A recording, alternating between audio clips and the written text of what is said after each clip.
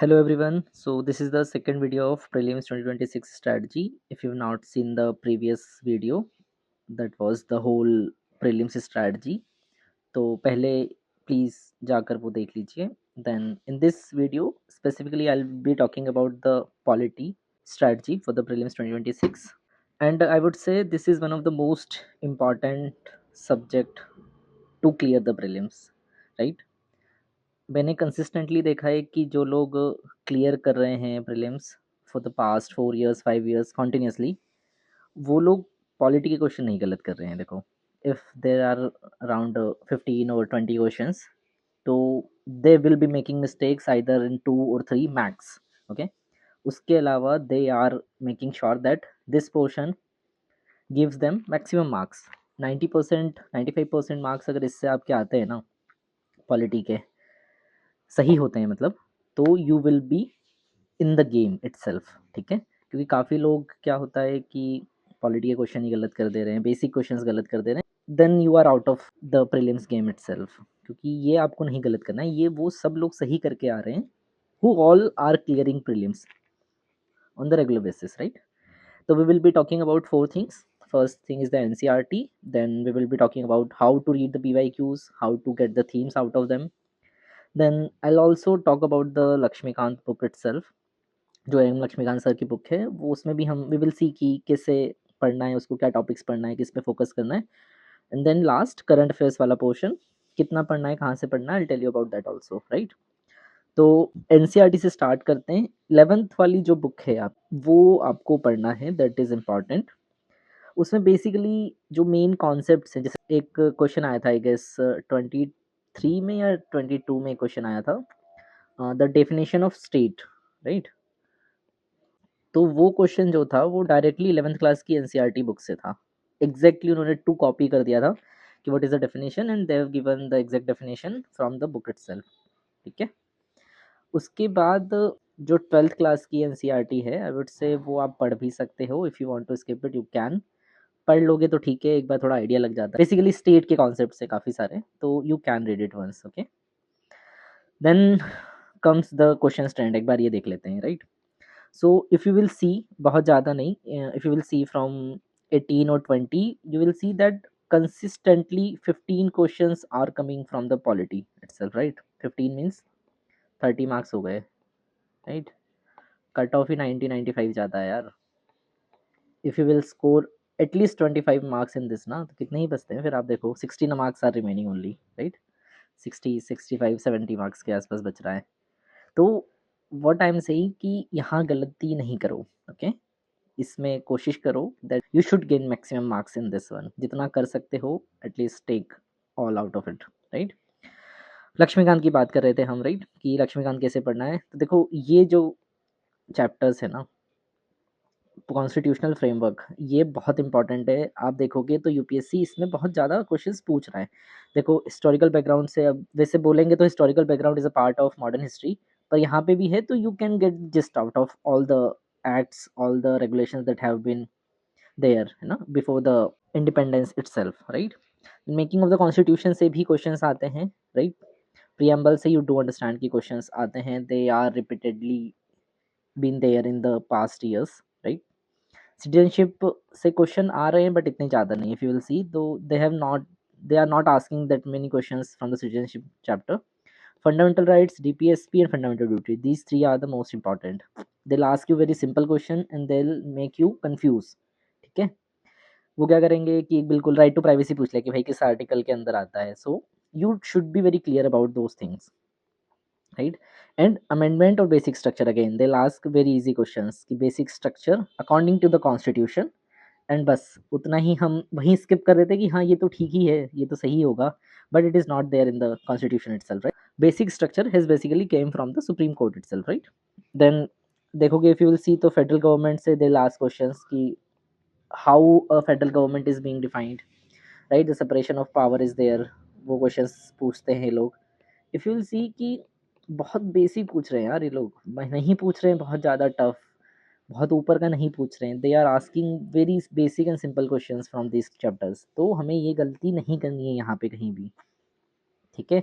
Emergency provisions पूछते हैं वो, तो यू शुड नो कि किस पर्टिकुलर टॉपिक में कहाँ पे क्या होता है, you should know this chapters.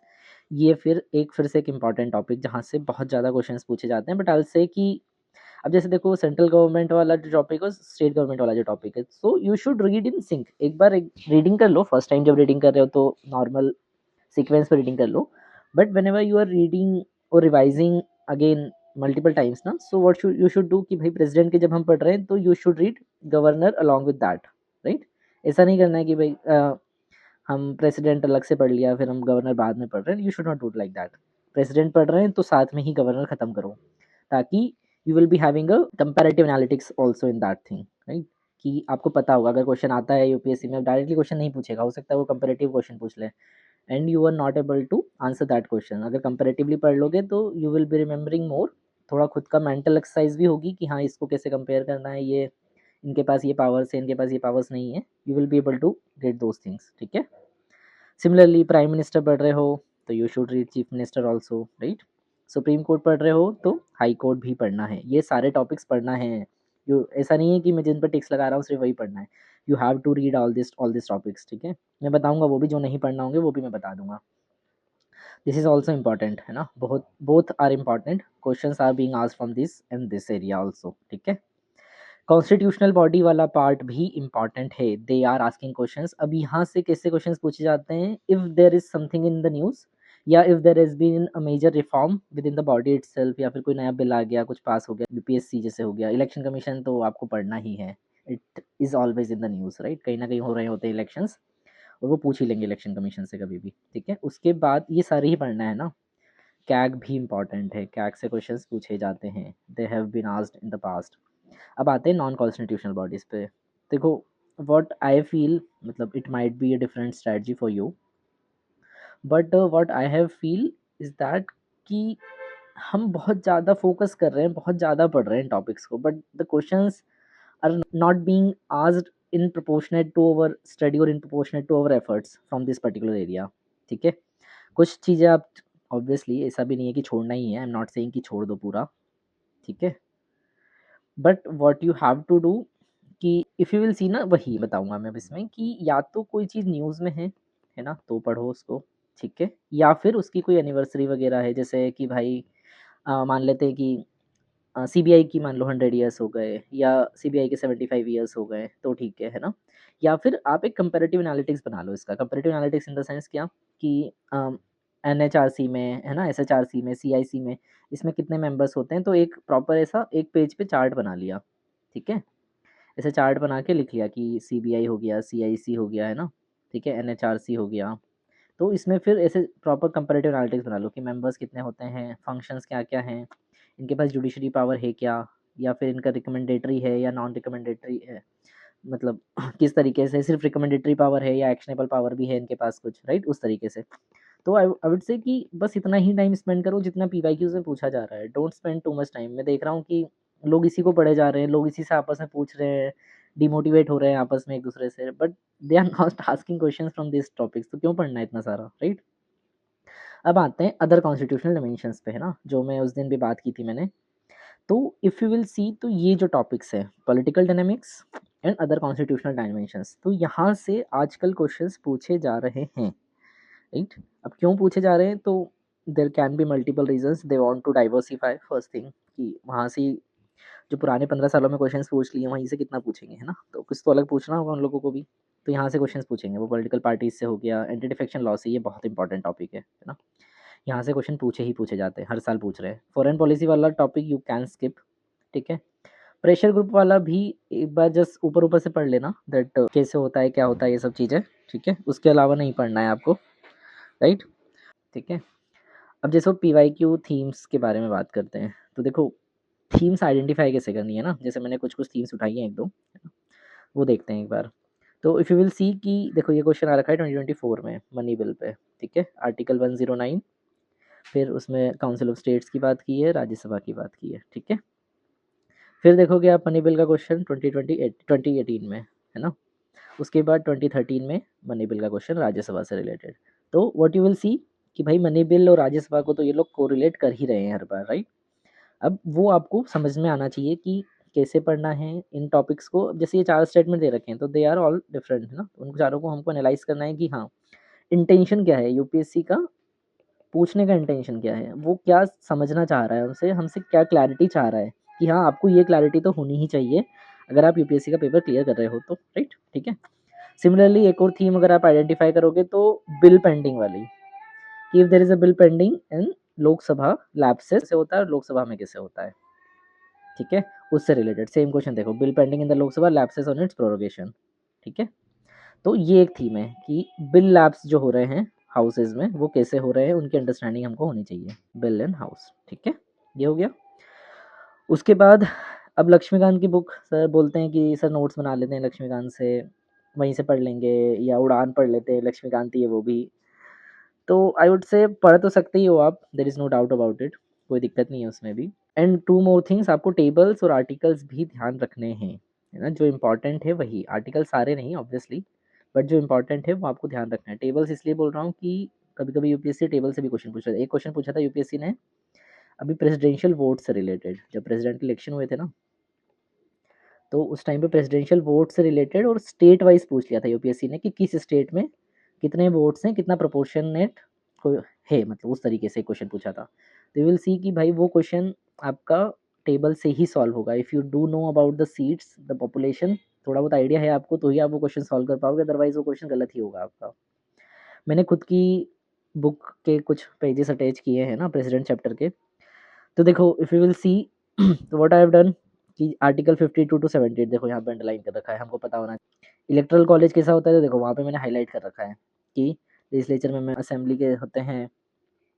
उसके बाद और कौन कौन से लोग होते हैं, दिल्ली पुदुचेरी वाले लोग हो गए, राइट। उसके बाद कौन पार्टिसिपेट नहीं करता है तो देखो वो भी मैंने अंडरलाइन कर रखा है। टोटल वोट्स की वैल्यू कितनी होती है, तो ये कहाँ से, ये अंडरस्टैंडिंग कहाँ से आ रही है कि ये इंपॉर्टेंट है, ये पोर्शन इंपॉर्टेंट नहीं है, तो ये कहाँ से आएगी, ये पीवाई की उससे आएगी, राइट। जैसे इलेक्ट्रोल कोटा की बात कर ली, ठीक है। फिर अगर कोई डिस्प्यूट होता है तो कहाँ जाते हैं वो इलेक्शन सारे, वो कहाँ किस कोर्ट में जाएगा, तो वो सुप्रीम कोर्ट डिसाइड करेगा, ठीक है। Where final decision is final, मतलब उसके बाद कोई कुछ डिसाइड नहीं कर सकता, सुप्रीम कोर्ट का डिसीजन जो है वो फाइनल होगा। फिर क्वालिफिकेशन, तो ये हमको पता होना चाहिए क्योंकि पूछ रहा है यूपीएससी बार बार ना। आप देखोगे तो मैंने उसी तरीके से पूरा, ऐसा नहीं कि पूरी किताब ही लाल कर दी, पूरी किताब में अंडरलाइन कर दिया सब जगह, ऐसा नहीं है। जहाँ इंपॉर्टेंट है, जो लग रहा है, हो सकता है इसमें भी बहुत जगह मिसिंग हो बहुत सारी चीज़ें, right. I am not saying कि इसमें कुछ मिसिंग नहीं है, देयर कैन बी समथिंग, आप ऐड भी कर सकते हो बहुत सारी चीज़ें। जैसे अगर आपको लग रहा है कि प्रेसिडेंट के रिसेंटली इलेक्शन हुए, कुछ नई चीज़ आई है, तो यहीं ऊपर ऐड कर लो यार, यहीं पर लिख लो अपना, अलग से नोट्स वोट्स मत बनाओ उसके, ठीक है। जैसे वैकेंसी होती है तो वैकेंसी कैसे होती है, या डिस्क्वालिफिकेशन है तो वो कैसे होता है, इम्पीचमेंट कैसे होता है, ये इंपॉर्टेंट है ना, कोई पूछा जाता है यूपीएससी में कभी कभी कि इम्पीचमेंट कैसे होता है प्रेसिडेंट का। फिर पावर्स एंड फंक्शंस, तो देखो पावर्स एंड फंक्शंस में भी कैसे लिख रखा है मैंने, एग्जीक्यूटिव पावर में जो इंपॉर्टेंट है तो उस पर टिक लगा रखा है। देखो मैं आर्टिकल्स की बात कर रहा था, राइट, कि आर्टिकल जो इंपॉर्टेंट है, देखो जैसे आर्टिकल 86 और आर्टिकल 87 इंपॉर्टेंट है ना, message of president to the parliament, right. तो उसके 2 आर्टिकल्स हैं, ये इंपॉर्टेंट है तो ये मैंने लिख रखे हैं, क्योंकि लक्ष्मीकांत में क्या है ना, आर्टिकल्स लिखे हुए हैं बट नंबर नहीं लिखा है आर्टिकल्स का, वो हमको पता होना चाहिए, थोड़ा याद करने में ईजी रहती है। कि देखो जैसे ये एंग्लो इंडियन वाला, कम्युनिटी वाला, ये हट गया अभी पिछले अमेंडमेंट ना, तो मैंने यहाँ पे क्रॉस लगा रखा है कि ये पढ़ना नहीं है, हो गया इसका, ठीक है। ये आर्टिकल 103 से क्वेश्चन पूछता है यूपीएससी। फिर देखो अगर फाइनेंशियल पावर्स की बात करेंगे तो 112, 117 और आर्टिकल 280, 280 पता है ना किसका है, देख लेना एक बार। जुडिशियल पावर्स की बात की सेम, ठीक है। वीटो पावर की बात करते हैं, ये इंपॉर्टेंट है। वीटो पावर में पूछा जाता है कि भाई कौन कौन सी वीटो पावर्स हमारे प्रेसिडेंट के पास अवेलेबल हैं, कौन सी वीटो पावर्स और होती हैं, राइट, ये हमको पता होना चाहिए थोड़ा सा, राइट।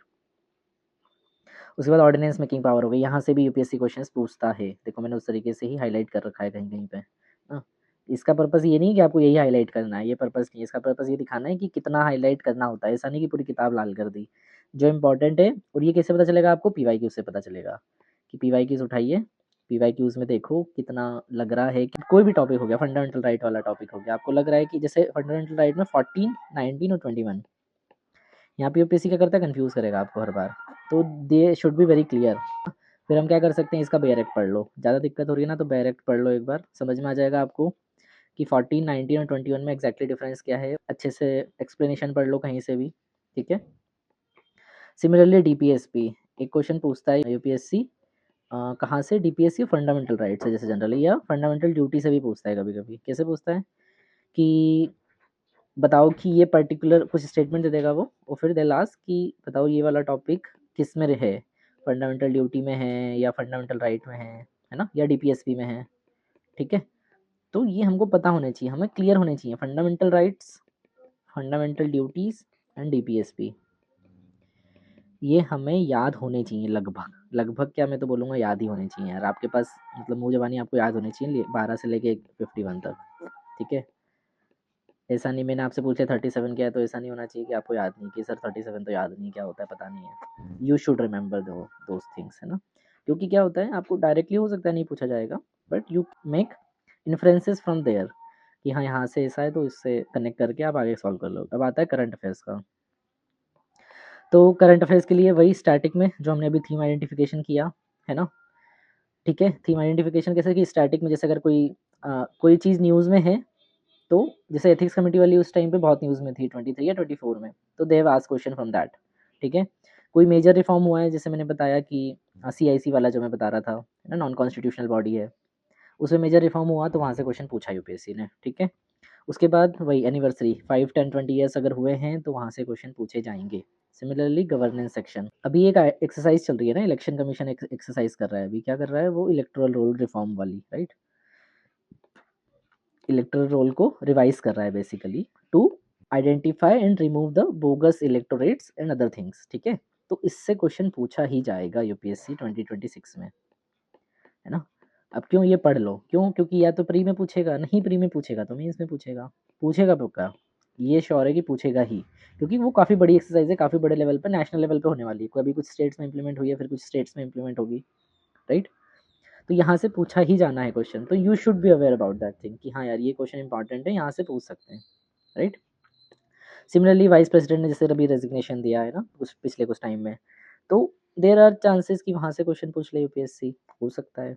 तो इस तरीके से ये पीडीएफ मैं अपलोड कर दूंगा अपने चैनल पे, टेलीग्राम वाले पे, बट मतलब इसका पर्पस ये नहीं है कि आपको यहाँ से नोट्स देखना है या ये देखना है, इसका पर्पस है आपको कॉम्प्रहेंसिवली समझाना कि भाई कितना पढ़ना है कितना नहीं पढ़ना है, इससे ज़्यादा नहीं पढ़ना है ना। करंट अफेयर्स का एक ही सोर्स रखना है, कुछ भी रख लो, ओनली वन सोर्स। अब आपको लगे कि करंट अफेयर्स का मैं वीडियोस भी देख लेता हूँ, मैं 3-4 मैगज़ीन भी पढ़ लेता हूँ, तो फिर आप वही पढ़ते रह जाओगे, फिर जहाँ से क्वेश्चन पूछते जाते हैं ना स्टैटिक से, वो नहीं होगा फिर सॉल्व, ठीक है। तो वो चीज़ नहीं करना है ना। चलो इसके बाद नेक्स्ट वीडियो में इकोनॉमी का अपलोड करूँगा मोस्ट प्रोबेबली। तो see you in the next video and thank you so much.